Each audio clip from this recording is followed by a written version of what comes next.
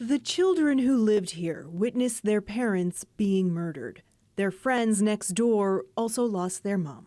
Eventually, all 4 children ended up in the back of Melanie Lowe's ambulance. But the kids, explained in detail from minute to minute what had happened, the things that they had seen and how their house was on fire and the things that were shot and people that were laying on the ground outside of their home. And Lowe and her partner didn't even know they were as close to the armed killer as the RCMP officers. I think we were put in a position of danger which we should have never been put in, because we have nothing. We have no bulletproof vests, we have no weapons. But one of the people responsible for dispatching paramedics says he had no idea there was a man masquerading as a police officer.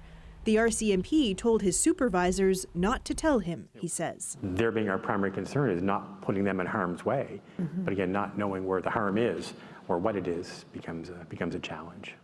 The paramedics said they didn't get the care they needed following the tragedy. There was no offer of time off, there was no mention, it was just expected. So I called peer support and I activated myself. I said I'm calling because I'm crying and I really don't know why.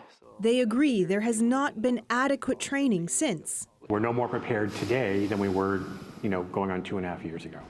The commission also heard from 911 managers. They testified they used to have 50 dispatchers and call takers.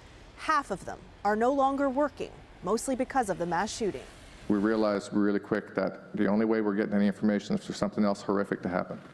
So every call that came in was worse than the next one. They described how there was no time to take a breath, even when they learned one of their officers had been killed. It just felt like the air went out of the room for about a half a second. And then we just went on like it didn't happen. That's our job, is to protect the members, take care of them, make sure that they make it home. And we couldn't that day. The paramedics say they feel a sense of duty to call for changes, but also want people to know sometimes the helpers need help too.